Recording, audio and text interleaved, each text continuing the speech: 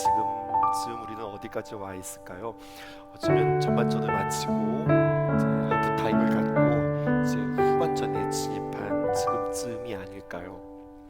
후반전에 첫 골을 내딛는 9월의 첫째 주에 우리는 다 있습니다. 계절을 보아도 그런 것 같아요. 겨울 하면은 12월, 1월, 2월, 봄 3, 4, 5월, 여름 6, 7, 8월, 가을 9, 10, 11월 이렇게 계산하면 틀리지 않는 거죠. 어젯밤 비로 인해서 여전히 이게 습한 기운들이 있고 후덥지근한 날씨이기는 하지만 확실히 바람은 달라졌습니다. 분명 우리는 가을의 첫 줄을 맞이하는 거 맞는 것 같아요.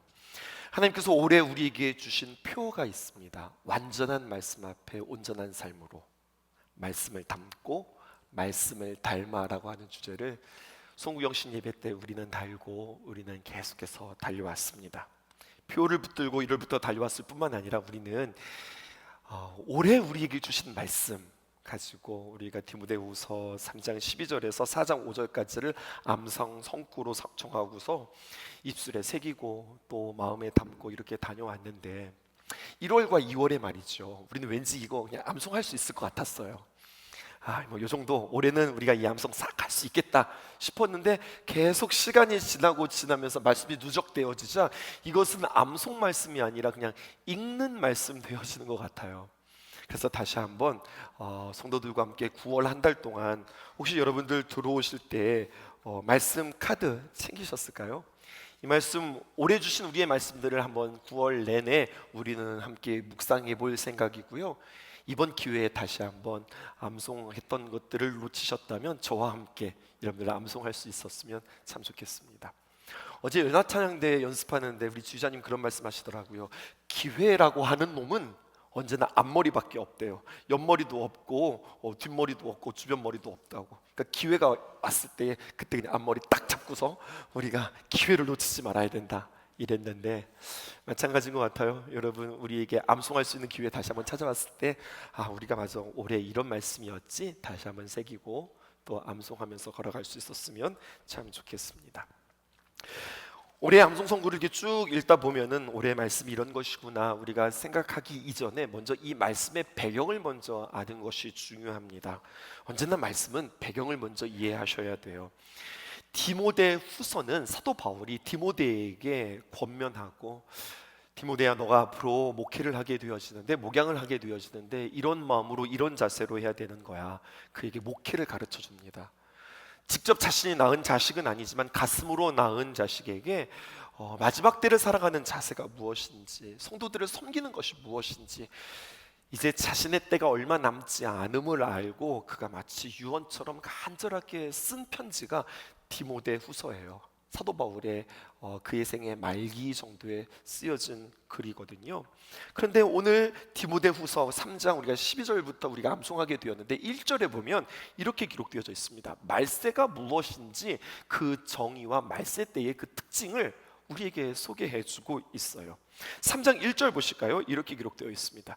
너는 이것을 알라. 이것을 꼭 알아야 된다는 거예요. 무엇을 알아야 되는가? 말세에 고통하는 때가 이른다라고 하는 거죠. 아이고 이거 말세네 말세야. 세상 사람들도 그렇게 이야기하는데 말세가 무슨 말이에요? 말세, 세상의 끝이라고 하는 이야기거든요. 세상의 마지막 때. 그러면 세상의 마지막 때는 언제일까요? 왠지 우리 느낌상 세상의 마지막 때는 지금은 아닌 것 같은 느낌이 드는 거예요. 한 수십 년 지나야 수백 년이 지나야 어쩌면 수천 년이 지나야 말세가 올지도 모르겠다 우리가 이렇게 막연하게 생각하고 있을런지도 몰라요. 그런데요 성경은 말세를 정의하기를 이렇게 이야기해요. 세상의 마지막 날 마지막 때는 지금이다 라고 이야기합니다. 그리고 말세가 지금이라고요? 라고 하는 사람들에게 말세가 지금이라고 하는 증거가 있어 라고 이야기하면서 디모데후서 3장 2절부터 시작하여서 말세의 증거들에 대해서 쭉 이야기해 줍니다. 성경은요 꽤 많은 부분에 다양한 곳에 말세의 징조들을 우리에게 이야기하고 있는데 디모데후서는 말세의 때는 이러한 모습들이 있다라고 우리에게 소개해 주고 있어요. 우리 한번 관심 있게 보실까요? 이렇게 기록되어 있습니다. 자그마치 19가지의 상태와 징조들에 대해서 우리에게 이야기해 줍니다. 디모데후서 3장 2절인데요. 여러분 조금 더 쉽게 읽기 위해서 우리는 세번역서를 가지고 왔습니다. 3장 2절에 있는 말씀 함께 세워보며 우리 읽어보십시다. 19개거든요. 시작. 사람들은 자기를 사랑하며 돈을 사랑하며 뽐내며 교만하며 하나님을 모독하며 부모에게 순종하지 아니하며 감사할 줄 모르며 불경스러우며 계속 되어집니다. 3절 보실까요? 무정하며 원한을 풀지 아니하며 비방하며 절제가 없으며 난폭하며 선을 좋아하지 아니하며 4절입니다. 배신하며 또 무모하며. 잠시만요. 여러분, 무모하다, 야 이거 너무 무모한 거 아니야? 무모하다라고 하는 말의 뜻이 뭘까요? 무모하다라고 하는 것은요, 깊이 생각하지 않고 곧바로 함부로 행동하는 거예요. 영어 표현에 보면 rush라고 하는 표현이 있죠. 그 코스메틱 러쉬 말고 러쉬, 달려가다, 막 치닫다, 이런 표현이에요. 마지막 때는 그러한 모습이라는 거예요. 또 자만하며 하나님보다 쾌락을 더 사랑하며. 마지막 19절에는 이렇게 기록되어져 있습니다. 겉으로는 경건하게 보이나 경건함의 능력은 부인할 것입니다. 이게 마지막 때의 모습이라는 거예요. 우리는 마지막 때라고 하면 그냥 멀리 있다, 한참 뒤에 있을 이야기. 또 마지막 때라고 하면, 말세라고 하면 하늘이 어두워지고 뭐 지진이 일어나고 천둥 번개가 치고 그리고 바다가 뒤집어지는 어떤 마지막 때의 징조들을 이렇게 생각하는데, 마지막 때의 징조를 디모데후서는 아주 탁월하게 우리에게 이야기하는데 사람들의 마음의 상태를 통하여서 마지막 때를 우리에게 소개해주고 있는 거예요. 모든 고통이 다 어디서 온다는 거예요? 사람에게서 온다는 거예요. 자연 환경에서 오는 게 아니라, 어떤 외부에서 오는 게 아니라, 참 마지막 때는 힘든 삶들을 우리가 살게 되는데 그 모든 고통이 어디에서 오냐?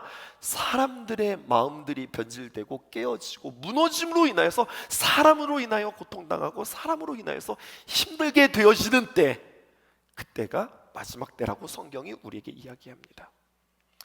19가지의 현상, 천지 만물을 통하여서 나타나는 현상이 아니라 사람에게, 특별히 사람의 마음을 통하여서 나타나는 일들이라고 이야기하고 있어요. 오늘은 다양한 세대들이 함께 모여서 이 시간 예배하고 있는데요, 아마 저 세대 정도는 아마 알 것 같은데, 그 김세환 그 가수가 있습니다. 포크송 가수인데요, 뭐 벌써 데뷔한 지 50년 됐다고 그래요. 근데 그 김세환 씨가 불렀던 노래 가운데 이런 노래 있어요. 사랑하는 마음보다 더 좋은 건 없을걸, 사랑받는 그 순간보다 흐뭇한 건 없을걸. 이거 노래해야 되나? 사랑하는 마음보다 더 좋은 건 없을걸 이렇게요. 1000만 번 더 들어도 기분 좋은 말, 사랑해.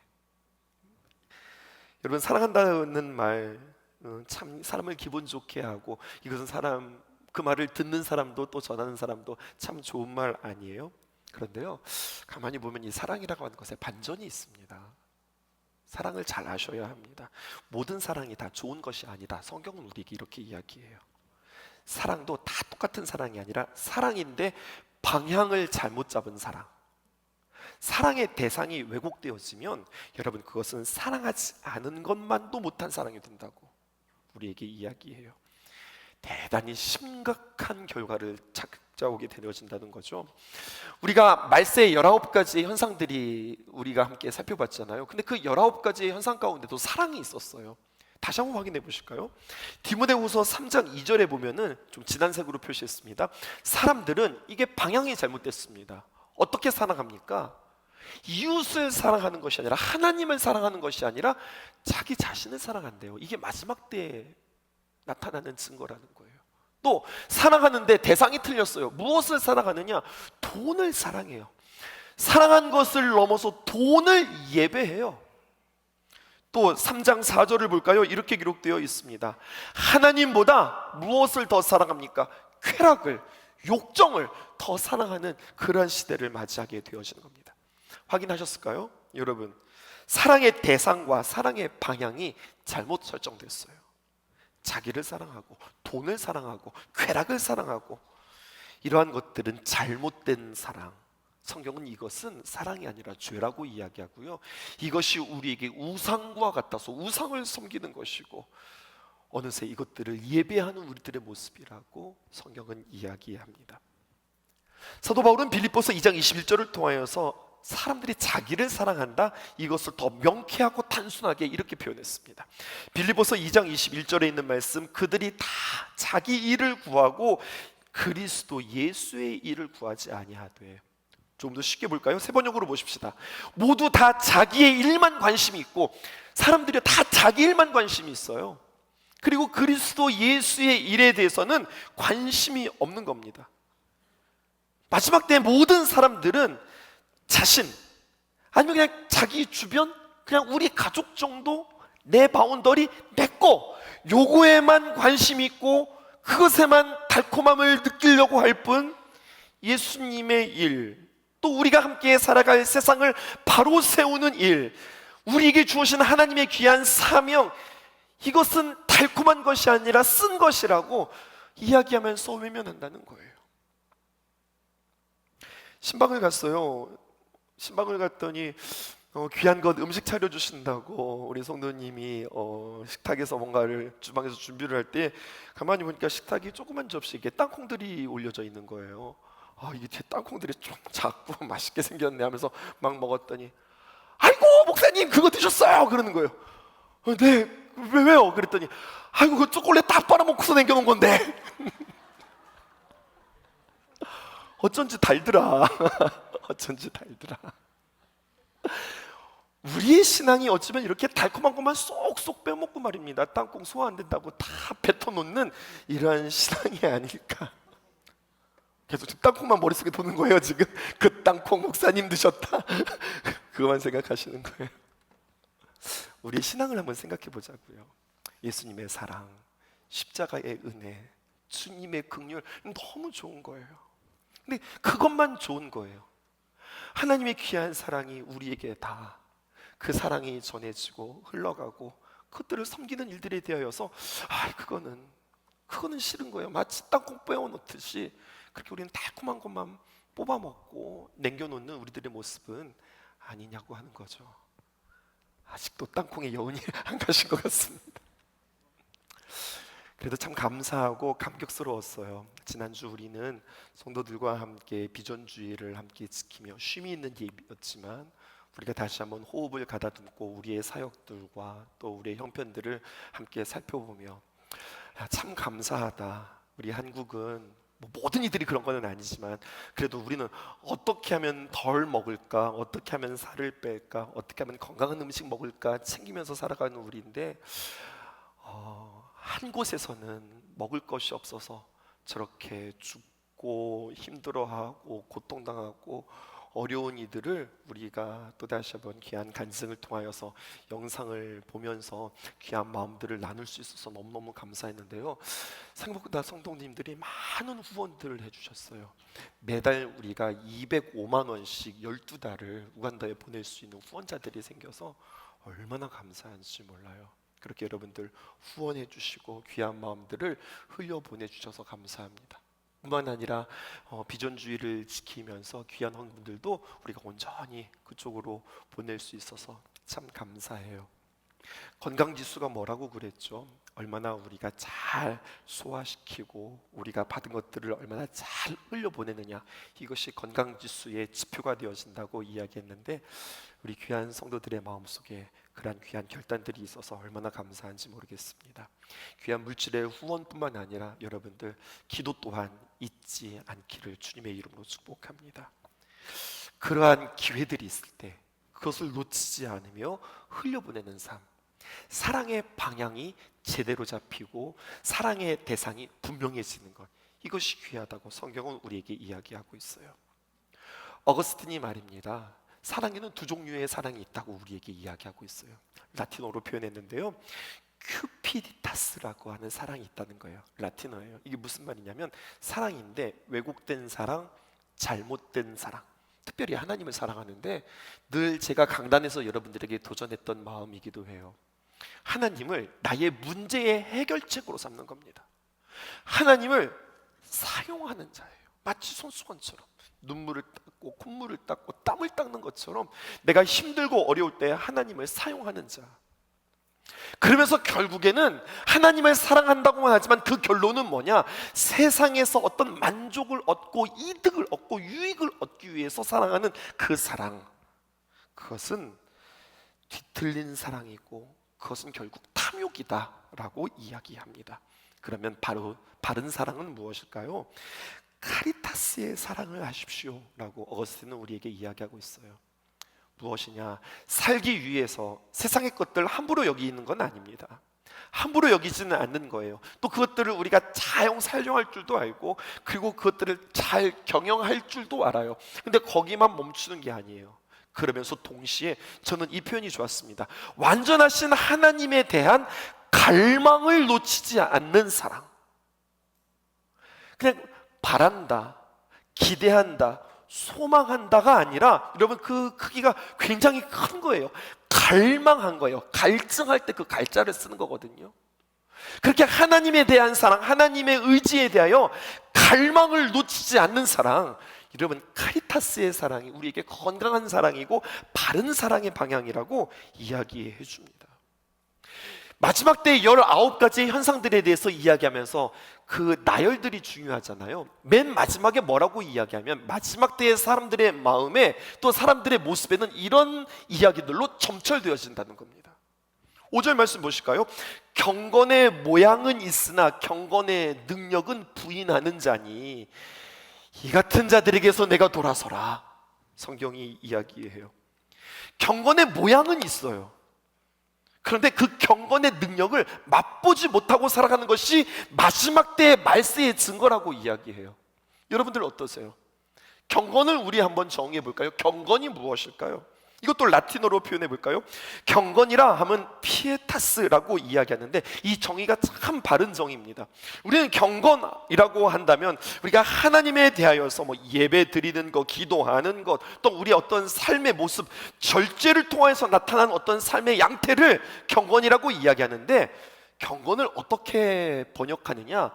마음을 같이 하는 능력이다 이렇게 이야기합니다. 좀 더 설명이 필요하죠. 그러니까 경건이라고 하는 것은 어떤 행동을 보고서 그 사람 참 경건하다, 행동을 통해서 경건을 정의하는 것이 아니라 마음을 통해서 경건을 정의하는 거예요.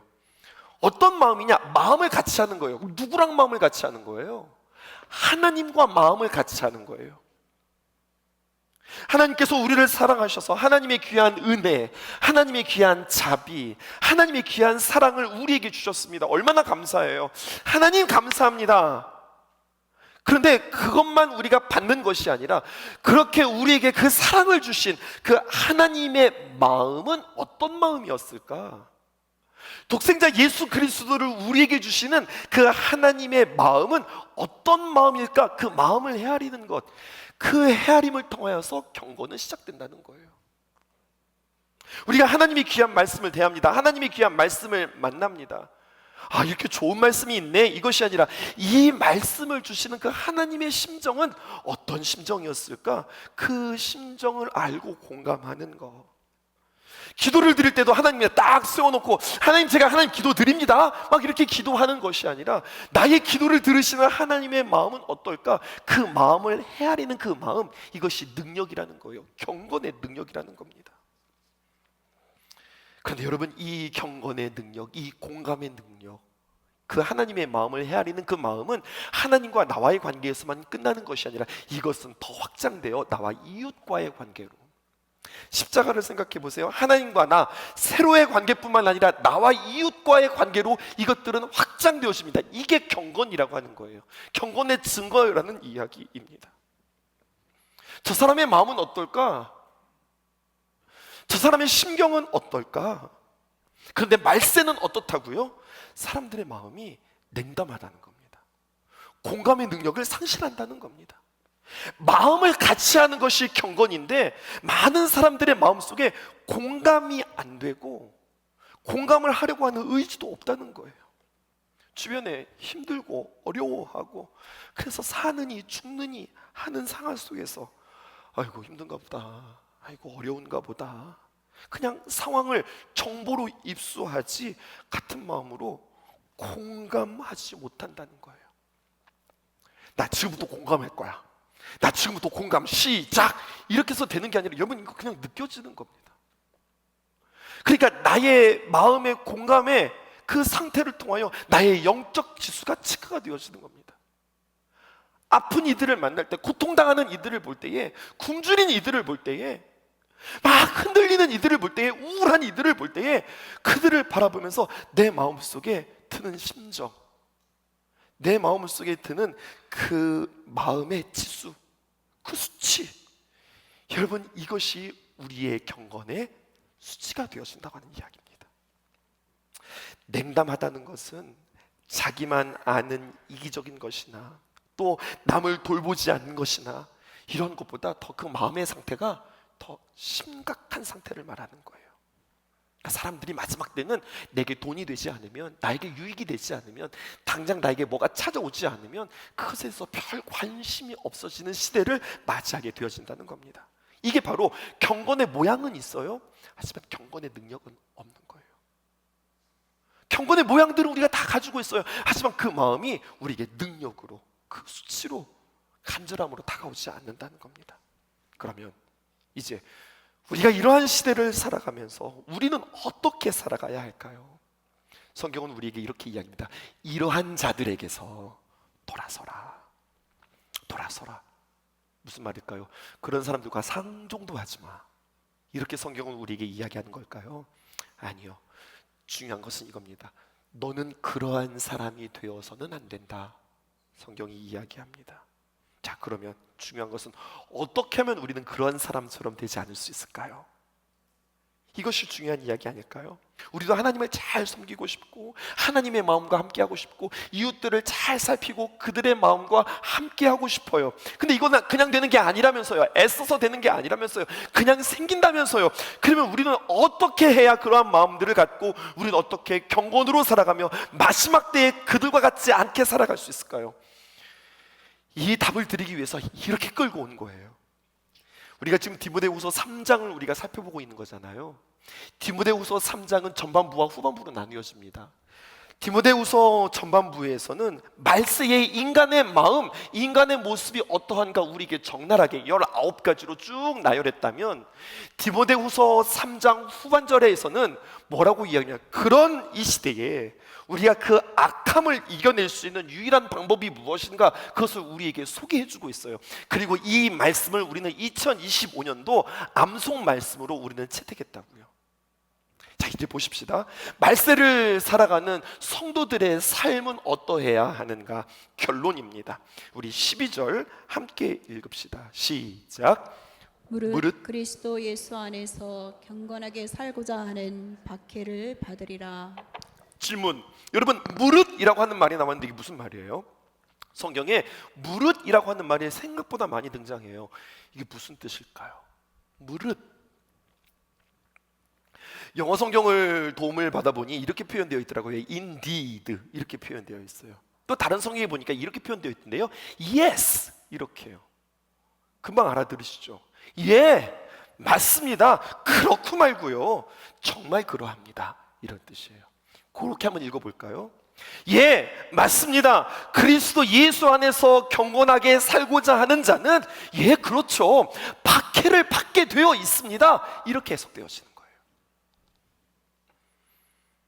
우리는 내가 그리스도인입니다, 나는 예수님을 믿는 사람입니다 라고 고백하고 난 그렇게 믿고 있어요. 그런데 정작 오늘 성경에 비추어 보면 내가 그리스도인이고 나 예수 믿는 사람이라고 하는데 나의 삶에 근데 박해가 없어? 성경은 뭐라고 이야기하는데요? 예, 맞습니다. 그리스도 예수 안에서 경건하게 살고자 하는 자는 박해를 받습니다. 그리스도 안에서 주님과 마음을 합하게 하는 자, 이웃과 마음이 하나 되어지는 자는 그냥 되는 것이 아니라 그런 사람에게 결국은 박해라고 하는 것들이 찾아옵니다. 그런데 나에게는 박해가 없어요. 그러면 내가 그리스도인답게 살지 않았거나 내가 경건하지 않다는 결과 아닐까요? 이 시대의 교회가 박해를 받지 않아요. 그러면 이 시대의 교회가 그리스도를 전하지 않았고 이 시대의 교회가 경건하지 않다고 하는 뜻 아닐까요? 우리가 말씀대로 살아가고 하나님 뜻대로 살아간다면 어떤 일들이 우리 안에서 일어나고 우리 밖에서 일어날까요? 먼저 우리 안에서 하나님의 말씀대로 살아간다? 그러면 나에게 제한되어지는 것들이 얼마나 많은지 몰라요.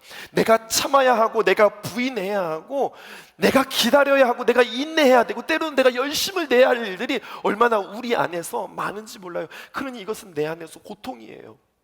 내 안에서 생겨나는 박해라 할 수 있겠어요.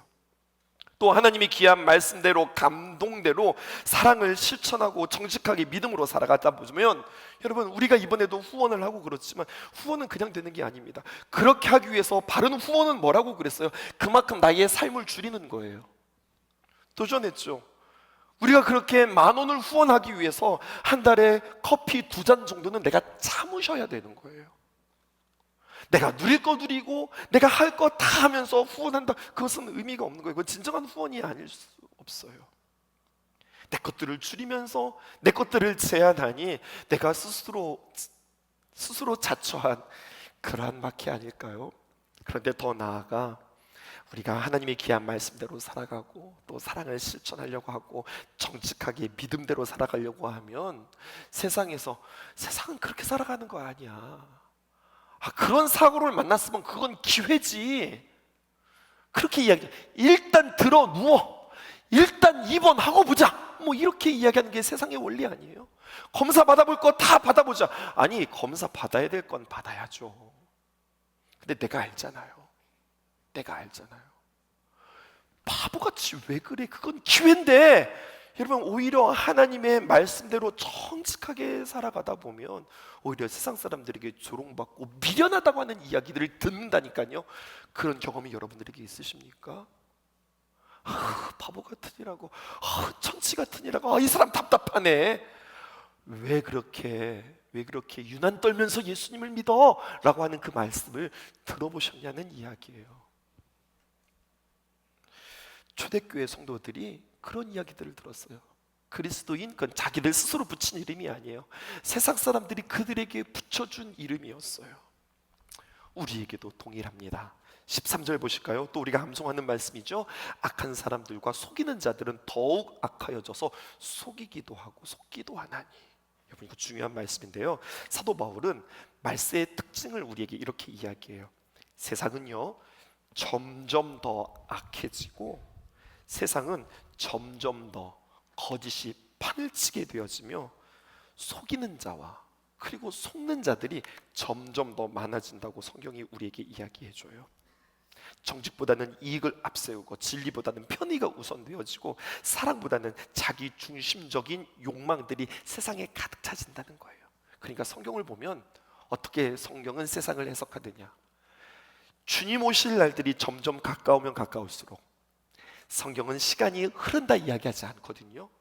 성경은 시간이 다가온다라고 이야기해요. 주님 오실 날들이 우리에게 다가오면 다가올수록 세상은 좋아지는 것이 아니라 세상은 점점 더 악해지고 어두워진다고 우리에게 이야기하고 있어요. 아쉽지만 이것은 사실이에요. 그리고 가만히 생각해보면 이건 당연한 이야기예요. 왜일까요? 마지막 때가 되면 될수록 사탄은 자신의 때가 얼마 남지 않으면 압니다. 그렇기 때문에 더 열심을 낼 겁니다. 더 믿음의 사람들을 공격할 겁니다. 어떻게든지 그 믿음을 빼앗으려고 할 것입니다. 여러분, 이것이 사단의 계략이니 세상은 어두워질 수밖에요. 죄의 세력은 더욱더 강해질 수밖에요. 그러므로 성도들은 세상의 흐름에 시류에 휩쓸리지 아니하도록 어떻게 해야 될까요? 정신을 바짝 차리고 살아가라고 이야기하는 거예요. 그래서 오늘 마지막 말씀입니다. 14절에 뭐라고 이야기합니까? 그러나 너는 배우고 확신한 일에 거하라. 이렇게 성경은 우리에게 결론을 내리는 거예요. 세상은 어두워져. 사람들의 마음은 강팍해져. 경건의 모양은 있으나 경건의 능력은 없어. 그러나 너는, 세상은 그렇게 되어지고 사람들의 마음들은 그렇게 흘러가지만 그러나 너는 그렇게 살면 안 돼. 세상과 같이 그렇게 휩쓸려서는 안 돼. 너는 내 자신들을 바로 세워야 돼 라고 이야기합니다. 어떻게 해요? 대안이 나오죠. 배우고 확신한 일에 거하라, 이렇게 이야기합니다. 바울은 그 대안으로 배우고 확신한 일에 거하라고 이야기해요. 거하라 라고 하는 이야기는 거기에 머물러 있어라, 살라, 이러한 뜻인데요, 그냥 단순 현재 시제로 넌 그래서 그 안에 들어가 있어, 이것이 아니라 지속적으로 계속해서 끊임없이 그 자리를 사수하고 머물고 지키라고 하는 이야기예요. 나도 모르는 사이에 미끄러지고, 나도 모르는 사이에 그 자리를 빼앗기게 되어지고, 나도 모르는 사이에 삐뚤어 간다면 그것에 대해서 날마다 그 자리를 지키고 그 자리를 점령하라고 성경은 우리에게 이야기합니다.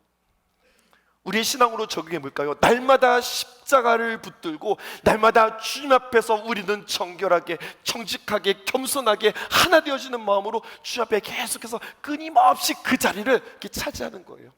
그림으로 표현해 볼까요? 마치 삼각산 그 꼭대기에 내가 조금만 힘을 놓쳐도, 내가 조금만 방심해서 쪼르륵 내려오는 것에 대하여 나는 또다시 힘을 내서 올라가고, 또다시 그 고지를 점령하고, 또다시 힘을 내어서 그 자리를 여전히 지키는 것, 여러분, 이것이 바로 거하라 라고 하는 표현이에요. 일회성이 아니라 지속적으로 계속해서 끊임없이 머물러라 라고 하는 이야기입니다. 에베소서 4장 20절에서 24절에서도 이렇게 이야기합니다.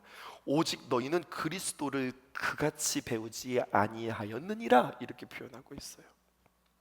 20절 가만히 보세요. 너희는 그리스도를 그같이 배우지 아니하였느니라. 눈여겨볼 표현은 그리스도를 배웠다라고 하는 표현이에요. 근데 좀 어색하지 않아요? 이래야 좀 더 자연스럽지 않아요?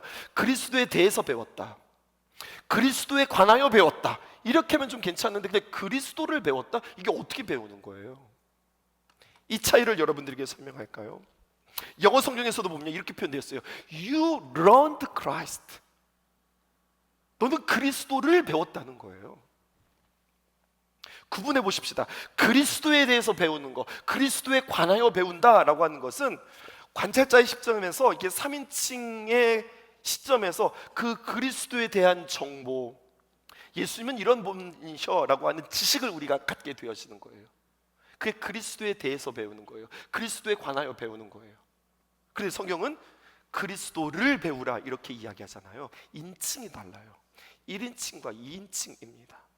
이것은 어떻게 배우느냐? 인격적으로, 관계적으로 배우는 겁니다. 체험에서 배우는 겁니다. 정보를 배우는 것이 아니라 나의 주님과의 직접적인 관계 속에서 배우게 되어지는 거예요.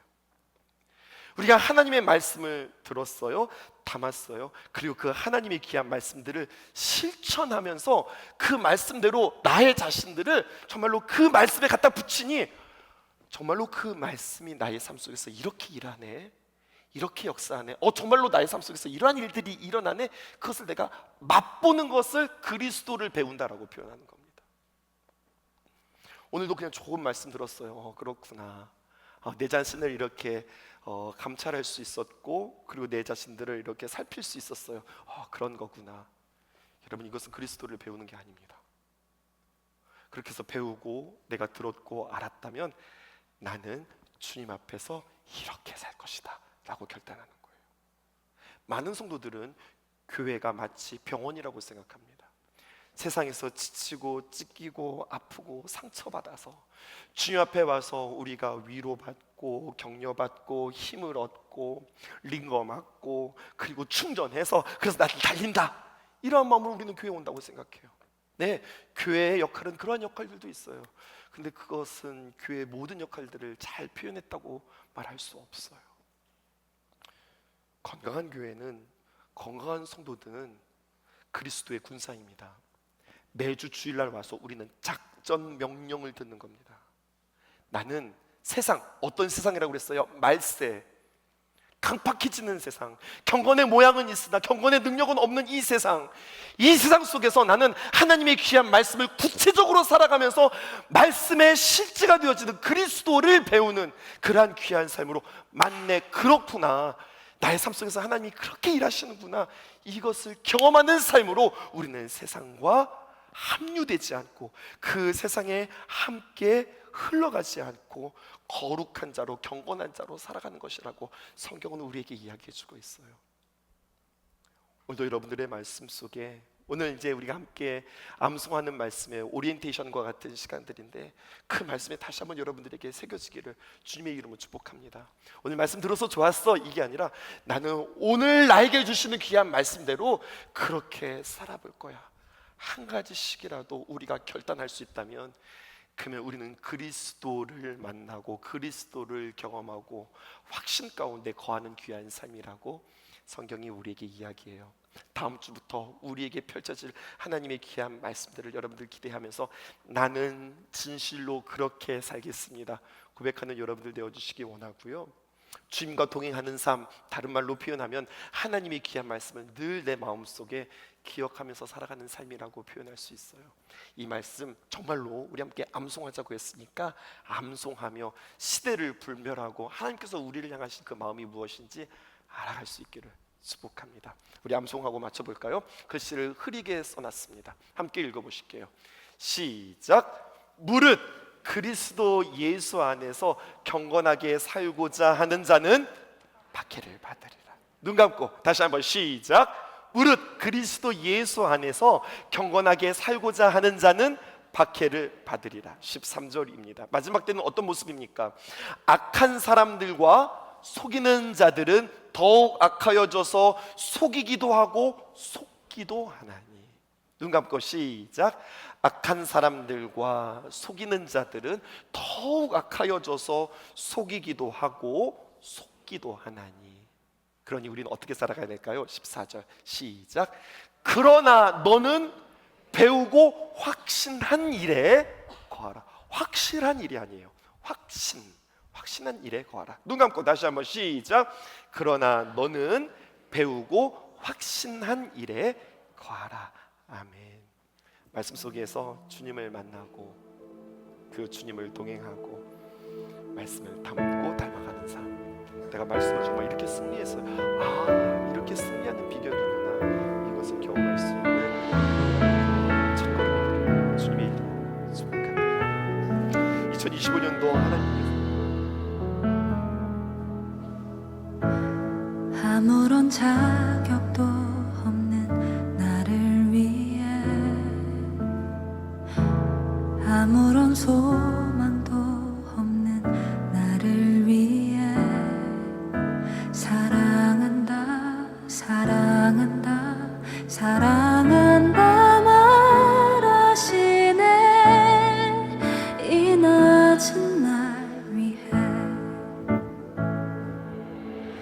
이제 나는 옛사람 아니요 사망에서 건지신 주의 자녀이니 그 한없는 주의 사랑 안에 기쁨으로 걸어가겠네. 아멘. 아무런 자격도 없는 나를 위해 아무런 소망도 없는 나를 위해 사랑한다 사랑한다 사랑한다 말하시네. 이 낮은 날 위해 다시 한번 아무런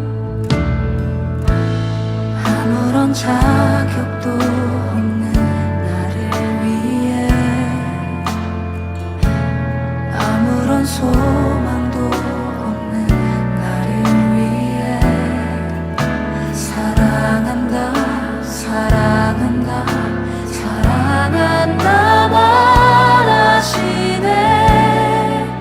이 낮은 날 위해